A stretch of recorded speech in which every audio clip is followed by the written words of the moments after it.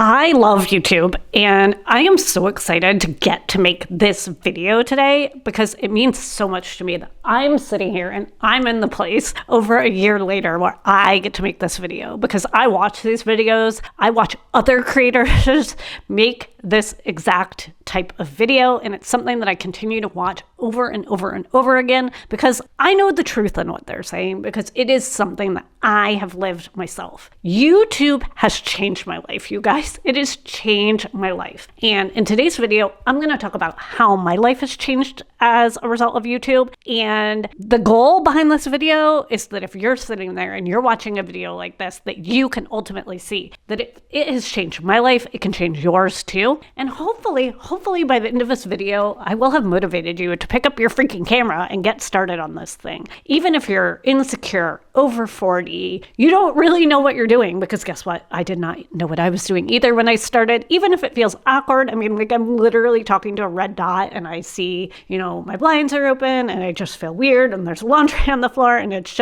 is a uncomfortable thing, but it is beyond worth it to me. And today we're going to get into it. I'm going to go ahead and clip on my microphone. Oh, like I said, I'm really happy to be making this video. I never ever thought I would be in the position to be making this. One of the ways that YouTube has changed my life is that it has challenged me in every single possible way, like to my core. I've talked about it before on this channel. I am insecure. I'm insecure about my face. I have melasma. It makes me feel bad about myself. I feel like I need to be putting on makeup. I don't feel like I am the most articulate person in the world when I speak. I used to get criticized as a kid. My mom told me it sounds like I have marbles in my mouth. And then when I listen to myself speak, I feel like it sounds like I have marbles in my mouth. I feel badly about myself in the inside. Now, I know why my speech is the way it is. It is a long story that I don't really want to get into now, but this is a place that challenges you. It challenges you to see the things about yourself that you don't like. For me, I also don't like how I tend to have my chin up like this, like this. In fact, it even came up when I was doing a leadership conference. They said, do you have bifocals? And I think it's somehow the way my eyes work. I don't know. So I try to challenge myself to keep my chin down.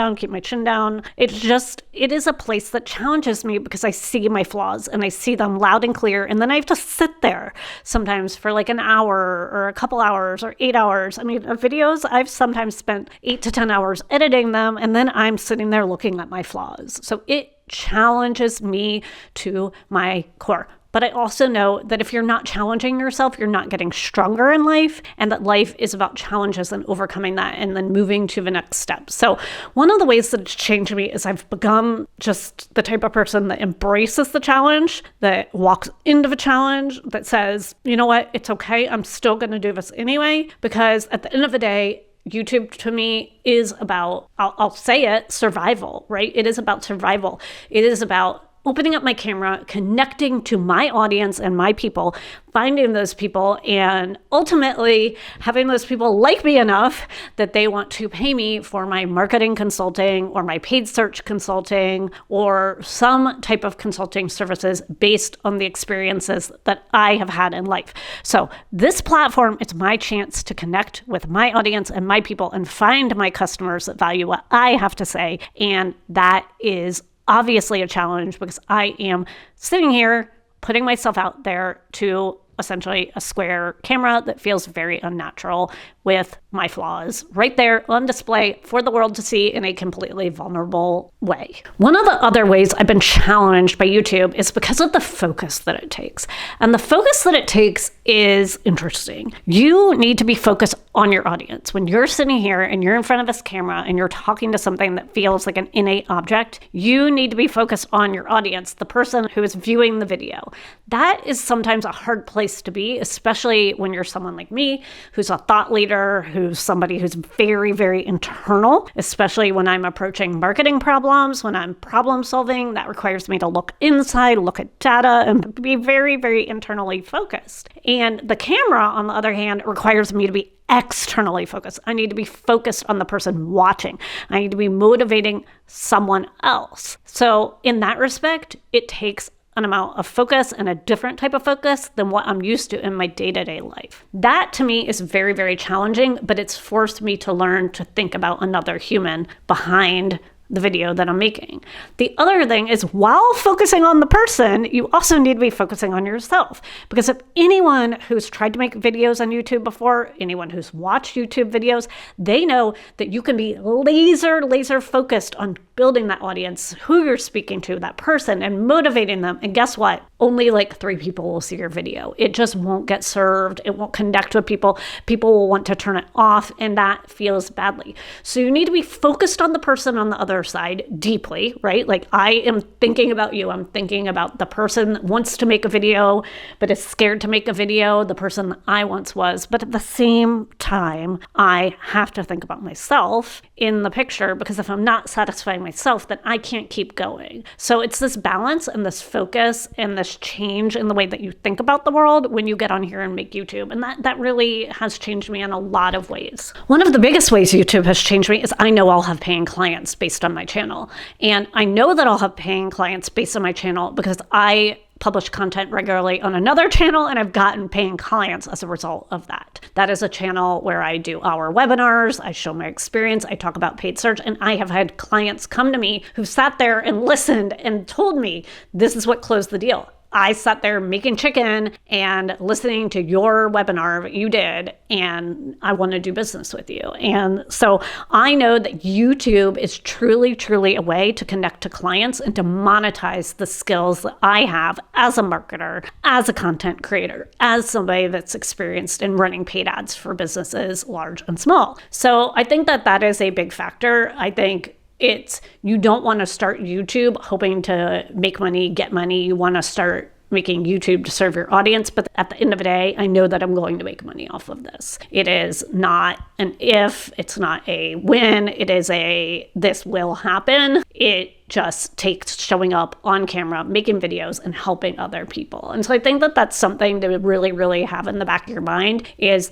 this platform is about helping other people, but you yourself as somebody who's helping other people are entitled to income back, and it will come. And it will come if you keep showing up and showing your authentic self, being yourself, and delivering value for other people who maybe are struggling to find that motivation, or, struggling to find an answer to a question that you may have, or a problem that you may have encountered in your life. It also motivates me to do things out of my comfort zone. One of the videos that I have on here I made last year, and that is where I sent cold emails to try to get business. And oh my gosh, I learned so much from doing that. But I'll be honest, the entire reason I did that is I wanted to make a video and document it. And now it's like I've received so much more from that. And I don't even think that video, I think it has like 20, 30 views. I'm not sure. But the reality is I tried something, I learned something, and I documented that process. And so sometimes when you think about YouTube, think about it as being like a motivator to try something new, to get the video, especially when it's really hard to come up with content ideas.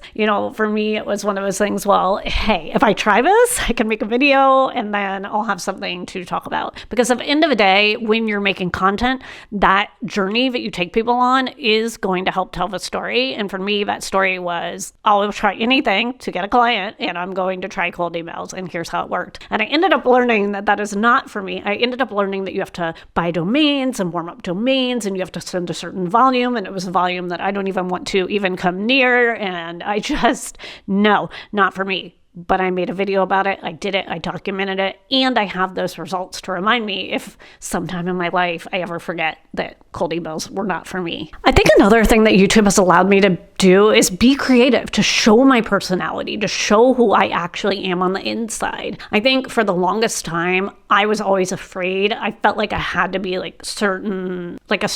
don't know. I feel like I had to carry myself in a certain way. I had to be super professional or buttoned up to get business. And the reality is you don't. That is the opposite of what people want. Or if that's what somebody wants, they can watch my video and realize, you know what? I don't like her. She's a little ditzy. She's a little this. She's a little that. I don't like the way she says things. And then they can think, I don't want to do business with her. And that's good for me. And that's good for the client, because at the end of the day, when you're doing something like what I'm doing, which is marketing, right? Something that's so personal, you want to find a person that you connect with. My skill I mean, it is different. The way I articulate it is different than how the other experts in my field articulate it. And my clients at the end of the day have to be able to connect with me and how I deliver the information in order for this relationship to work. YouTube is a chance for me to show my personality, to show who I am, to show how I articulate things, to show how I look at concepts. And then ultimately, if clients want to work with me, they already have had a taste. So they come to me just already warmed up, already knowing how I approach problems, knowing how I think about things. And then they're making that choice to work with me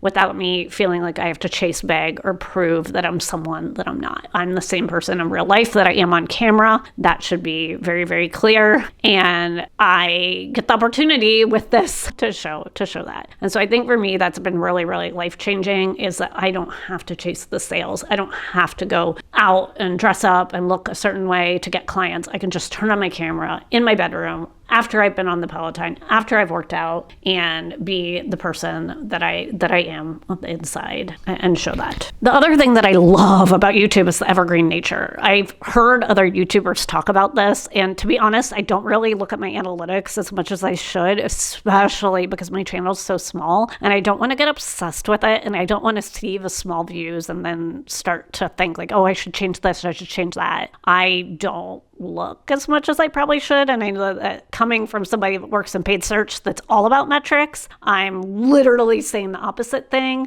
But YouTube is a long game. And if I continued to focus on the metrics, I would get discouraged. And so I don't even know what my point that I was making there. But there you go. I'm showing my personality right here. Oh yeah. Anyway, so my point was there's an evergreen nature. And so what I've noticed, and again, this is the result of listening to other YouTubers and then going into my metrics, is videos that I made a year ago are still getting traffic today, 1 or 2 views. And I think if you look through your home feed, you'll realize that sometimes older content will show up. It's a time and a place. So any one video at any time could start to get traction if that's what somebody's looking for. So definitely keep in mind that when you make a YouTube video, it lands and it may not seem like it's being successful, but over time it can incrementally get views and getting audiences that are searching for that topic that you've actually addressed in your video. What I'm saying is you make a video, it lasts for a long time, it has lasting value, and that's totally, totally different than Instagram, TikTok, or any other platform. Actually, I do feel like LinkedIn has some of that, I've noticed, but I'm not talking about LinkedIn right now. I'm talking about YouTube. I think it's a long form content. It's almost like a blog. I feel like it's better than blogging, but it, for me, has that long-term staying power. Another way YouTube has changed me is I have 3 kids and I want to build a legacy. And when I say I want to build a legacy, what I actually really mean is, and this is morbid and horrible for me to say, but if something happened to me, I want my kids to be able to have something to hold on to and to look at me. I don't want to get upset when I'm writing this, but one of my best friends this year has had, I don't even want to talk about it, but I have had to address, potential mortality in my life this year. And it's something that has been the backdrop of my business and my day-to-day. And it's something that I've wanted to deny. It's not something that I necessarily want to talk about with people because I don't want to lay that burden on them. But I also sometimes think if something happened to me, I want my kids to be able to look at something and be like, wow, that was my mom. That was why she gave good advice. And so sometimes when I think about this, I'm like, well, if nobody watches this, I'm giving advice to my kids and I am getting teary-eyed as I think about this. So I don't really want to continue this line of talking right now, but it is a factor in my YouTube channel. I'll just say that. Also, I don't want to have any regrets anymore. I do not want to have regrets. I, am in my mid-40s and I see channels.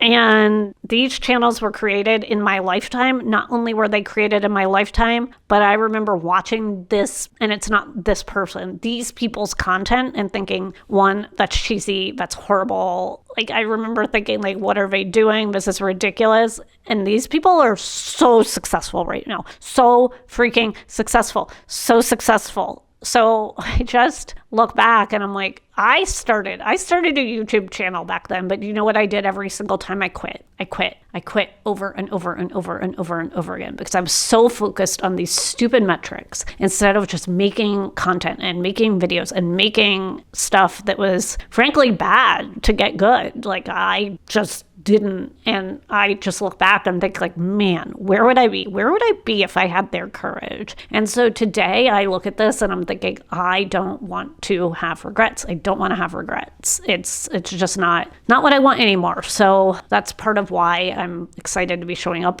on here again. It's something that I've always wanted. It's so deep in my heart. But then every time I start, I get frustrated or sad, or I don't even know. I don't like myself. It's not fun. And I don't want to do that anymore. Then, the past couple days, I felt like this renewed energy again on my YouTube channel. And the last thing, and I've talked about this so much. I've talked about this so much on this channel and in my other social medias. I sometimes feel like I sound like an old person when I talk. I have talked about this so much in my social media. The world is craving authenticity. The world is done with this AI generated perfection. The world is done with barriers, right? Like, the world is done. I'm done with it. I'm done with seeing like the perfectly made up, gorgeous people on YouTube. I'm tired of pretty privilege. I'm tired of not having the older people like myself showing up on here. I'm tired of it. And so I think that is the real truth, is the world today is craving real people, real, authentic, true people. And I remember when I started my own business, I went out with one of my friends. She's in sales. We had drinks. We talked about it. And she was like, I need to warn you. It's like, your industry of marketing is made up of snake oil and scammers. And I was